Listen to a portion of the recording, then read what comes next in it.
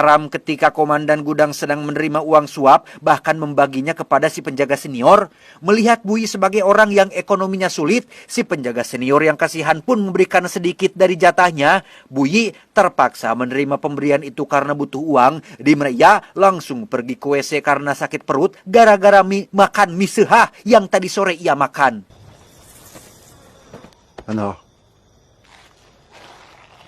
Dan ya, komandan gudang dan seluruh penjaga pun ditemukan sudah tewas terbunuh, di mana Buyi memergoki 3 orang asing yang sedang memindahkan peti berisi perak sehingga...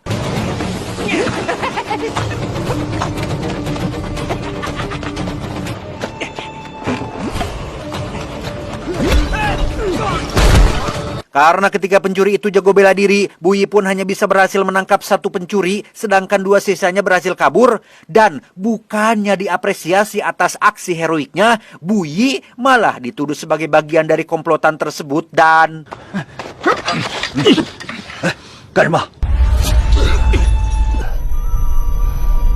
Berlokasi di sel tahanan, Buyi pun diinterogasi dan disiksa langsung oleh atasannya sendiri, yaitu Bapak Kepala Polisi, di mana Buyi dipaksa untuk menandatangani surat pengakuan bersalah dan harus pasrah menerima hukuman mati.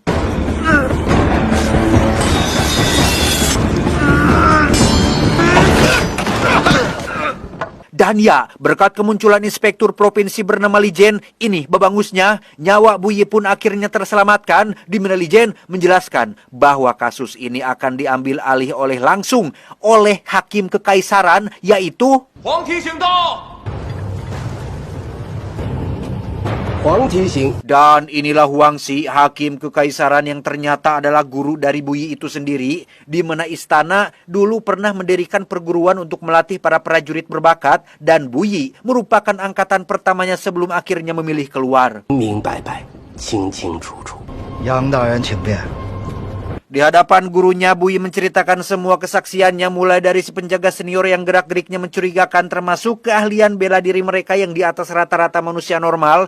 Berdasarkan analisanya, kepala polisi kemungkinan besar ikut terlibat karena terlalu cepat menuduhnya sebagai tersangka.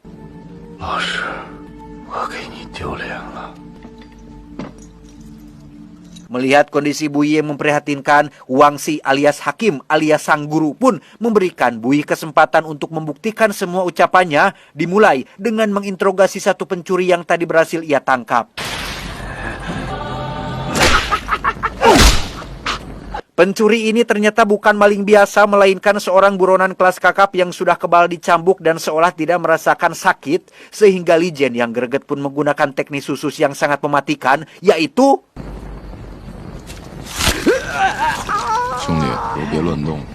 Setelah tulang rusuknya ditekan, si pencuri pun akhirnya buka mulut tentang nama julukan kedua rekannya yang lain, yaitu si Rubah 7 Rupa dan si Naga 9 Corak. Dan setelah informasi berhasil didapat, Lijen pun langsung menghabisi orang ini tanpa basa-basi.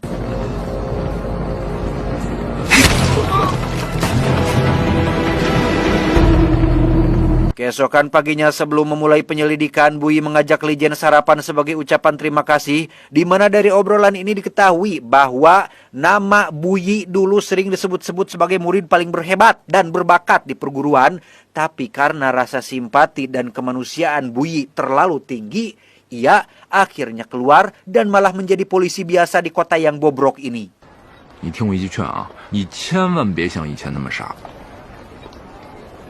Selesai sarapan, mereka langsung pergi ke sebuah bank terselubung yang dianggap sebagai tempat pertama yang paling cocok untuk memulai penyelidikan. Bukan tanpa alasan, bank di zaman itu adalah tempat peleburan perak yang pas untuk melenyapkan barang bukti, dan meskipun tidak menemukan perak curiannya, Lijen berhasil mendapatkan buku catatan keuangan yang bisa dijadikan sebagai petunjuk awal.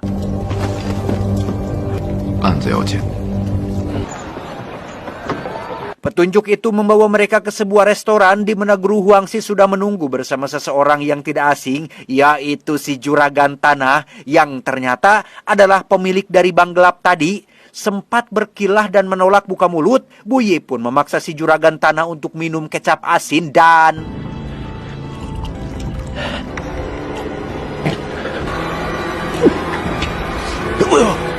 Mamam, siapa kopok? Setelah tak kuat minum lagi, si juragan pun akhirnya menyerah dan memilih untuk jujur bahwa selain bank gelap tadi, ia masih punya gudang-gudang terselubung lain yang dijadikan sebagai tempat peleburan perak bagi para pencuri kawakan.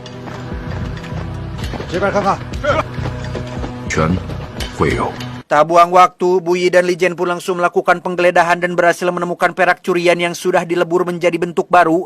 Dari barang bukti yang ditemukan inilah, penyelidikan mengarah kepada si pejabat dan anaknya yang sombong itu, yang mana setelah dipaksa buka mulut, terungkaplah bahwa perak-perak curian itu diambil dari tempat pencelupan kain yang sekaligus mengarah kepada salah satu pelaku, yaitu Naga 9 Corak.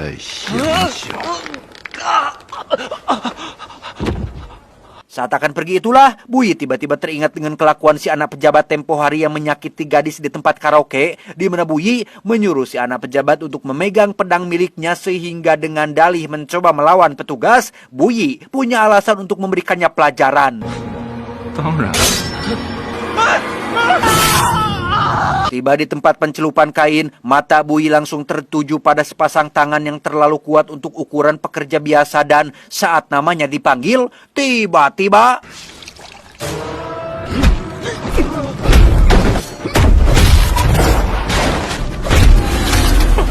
ya, inilah si pencuri yang punya julukan Naga 9 Corak, di mana tangannya memiliki power yang sangat mematikan karena dibantu item Blade of Despair alias BOD, sehingga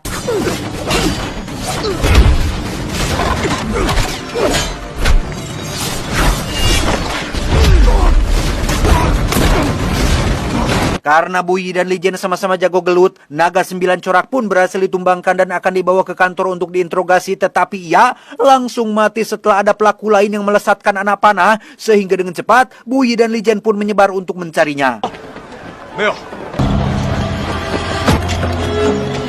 Terpisah dari Lijen dan pasukan, Buyi mengikuti seorang perempuan yang mencurigakan dan tepat di dalam gudang penyimpanan petasan, Buyi berhasil mengungkap sosok perempuan itu yang ternyata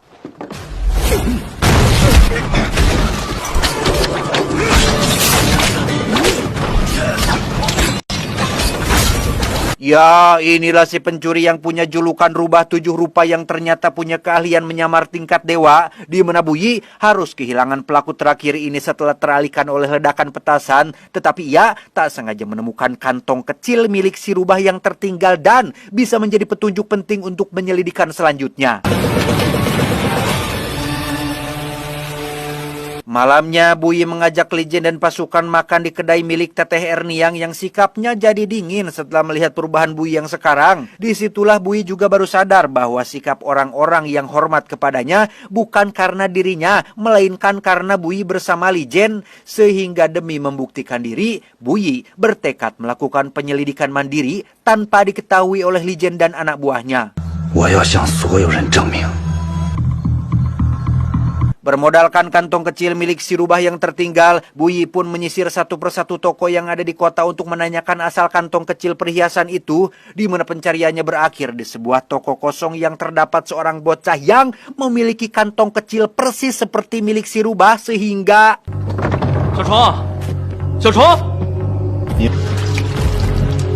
tak lama, muncullah si rubah yang langsung terkejut dengan keberadaan Buyi di sana. Tanpa basa-basi, Buyi langsung menunjukkan kalung milik si bocah yang ternyata adalah anak kandung dari si rubah ini.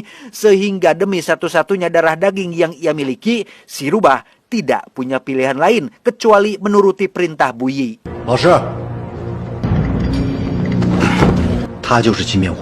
Buyi pun langsung membawa si rubah ke hadapan guru Huangxi untuk diinterogasi, yang tanpa banyak itu ini, si rubah pun akhirnya jujur bahwa dalang dibalik ini semua adalah Bapak Hakim Kota yang menyuruh dia dan 2 pelaku lainnya mencuri perak-perak tersebut dari gudang logistik.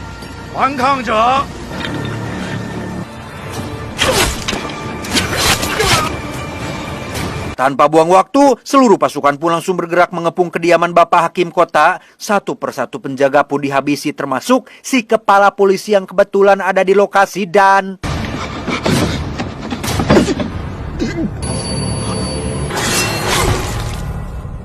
Dan inilah Babangus Hakim Kota yang menjadi dalang di balik pencurian perak, di mana semua bukti langsung dibeberkan, mulai dari pengakuan si Rubah sampai barang-barang curian lama yang ditemukan di rumah ini.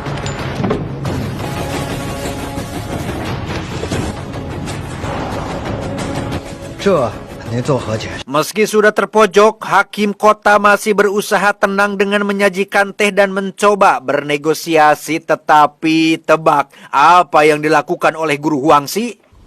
不用羊毛讲。 Ya, Hakim Kota dan si Rubah pun langsung dihabisi begitu saja, yang membuat Bui menjadi kebingungan. Loh, kok gini sih jadinya? Karena ini sudah di luar prosedur hukum. Dikira sedang menegakkan keadilan, Guru Huangxi dan semua anak buahnya termasuk Li Jian ternyata sama saja. Tidak ada bedanya dengan oknum pejabat lain yang hanya mementingkan keuntungan sendiri dengan cara memakai topeng hukum untuk menjatuhkan pejabat lain dan merampok seluruh harta yang menjadi barang bukti ini. 怎么了，大哥？ 咱这是办案还是分赃啊？ Bui bahkan sempat menolak saat diberikan jatah bagiannya, namun karena semua orang langsung melihat ke arahnya, Bui pun langsung tersadar bahwa ketika satu orang berbeda arus dari kebanyakan, orang itu akan langsung ditandai, dalam hal ini si Bui, karena dianggap sebagai ancaman. 我是没见过这么多。嗨，跟我回。 Setelah terpaksa menerima jatah haramnya, Guru Huangxi pun memberikan satu perintah yang sangat sulit untuk Bui terima, yaitu menghabisi anak si Rubah karena dianggap sudah tidak berguna. Malam itu juga Bui bergegas pergi ke tempat di mana si bocah ditahan dan meminta tolong seorang kakek kenalannya untuk mencarikan mayat bocah sepantaran demi memalsukan kematian anak ini.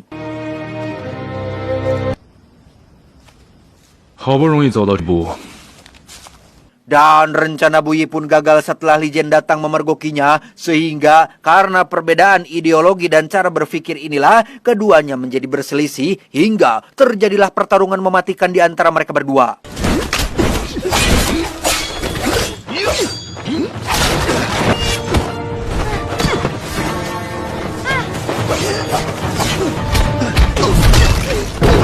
Meski sudah berusaha sekuat tenaga, Bui pun gagal mencegah Li Jian menghabisi bocah tersebut, yang pada akhirnya Bui yang sudah dipenuhi amarah pun langsung ngamuk menghabisi Li Jian, saudara seperguruannya sendiri.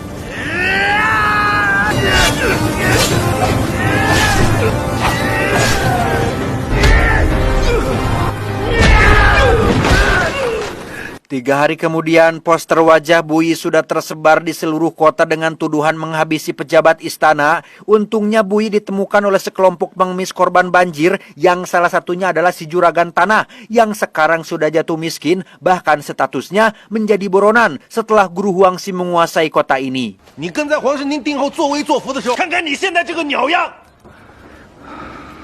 Dari si mantan juragan tanah inilah Bui mendengar rumor yang cukup membakar dadanya, yaitu terkait Guru Huangxi yang sekarang menguasai penuh kota ini, bahkan berencana mengumpulkan semua korban banjir dengan iming-iming pekerjaan, menuduh mereka sebagai pemberontak dan akan dihabisi di satu tempat secara bersamaan. Dengan fakta bahwa kota ini sudah tidak aman, si juragan pun mengajak Bui untuk pergi ke kota lain dan bertahan hidup di tempat tinggal yang baru. Namun sebelum pergi, Bui menyempatkan diri untuk makan mie di kedai Teteh Erniang, dan disitulah ia sadar bahwa kabur adalah satu-satunya hal yang sering ia lakukan selama hidupnya. Dan karena tak ingin terus menjadi orang lemah yang terus menghindari masalah, Bui memutuskan untuk bangkit dan melawan kekejaman Guru Huangxi.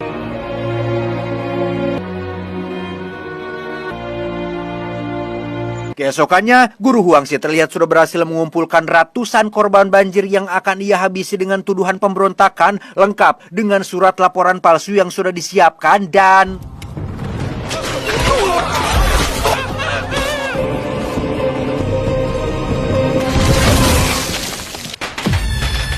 ya, muncullah Bui yang langsung menghadapi puluhan anak buah Guru Huangxi dengan amarah yang sedang membara, didukung dengan kemampuan bela dirinya yang di atas rata-rata.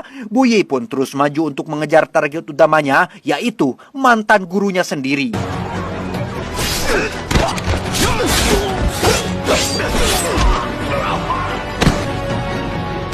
Setelah semua kroco sudah ditumbangkan, kini giliran Guru Huangzi yang sudah menunggu di dalam ruangannya ditemani alunan musik sitar, di mana Guru Huangzi akhirnya jujur menceritakan alasan kenapa ia melakukan semua ini, bahwa puluhan tahun mengabdi kepada pemerintah, ia merasa tidak pernah dihargai dan sekarang dirinya hanya ingin pensiun dengan tenang, ditemani harta yang melimpah. Dan di mata Guru Huangzi sekarang, Bu Yi bukan lagi muridnya, melainkan seorang penghalang yang harus disingkirkan.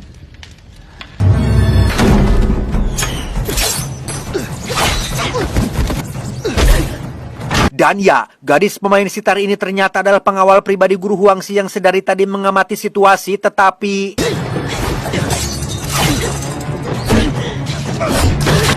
gadis pengawal itu pun tewas di tangan atasannya sendiri, sehingga sekarang tinggal Guru Huangzi seorang. Bu Yi harus mengeluarkan seluruh kemampuannya untuk mencegah kemudorotan yang jauh lebih besar.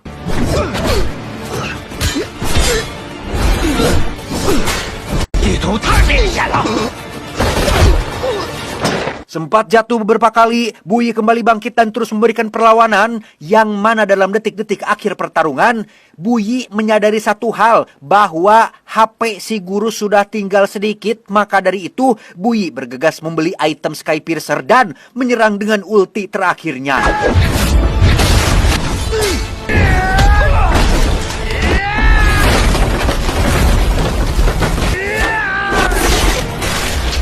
Tepat saat runtuhnya pondasi kayu bangunan ini, muncullah tentara kekaisaran yang tiba di lokasi dan hanya menemukan tubuh kaku Guru Huangzi, sementara Bu Yi sudah menghilang entah kemana. 1 bulan kemudian, seluruh rencana licik Guru Huangzi pun akhirnya terbongkar setelah masyarakat ramai-ramai memberikan laporan. Dan untuk Bu Yi, ia sudah tidak jadi buron lagi. Dan seperti sudah bisa Anda tebak, Bu Yi punya target lain yang harus ditaklukkan, yaitu tamat, ending yang cukup memuaskan. Pesan yang bisa kita ambil dari film ini adalah, kesabaran itu mulia, tapi kesabaran yang terus diinjak tanpa perlawanan hanya akan membuat kezoliman semakin merajalela. Ingat, pedang yang paling tajam bukanlah yang mampu menebas musuh, melainkan hati yang mampu menebas hawa nafsunya sendiri. Karena sejatinya musuh terbesar manusia bukan berada di luar sana, melainkan di dalam dadanya sendiri. Saya John, mewakili jajaran direksi yang bertugas, mengucapkan terima kasih dan sampai jumpa di video selanjutnya. Adios, bakso mercon kuat.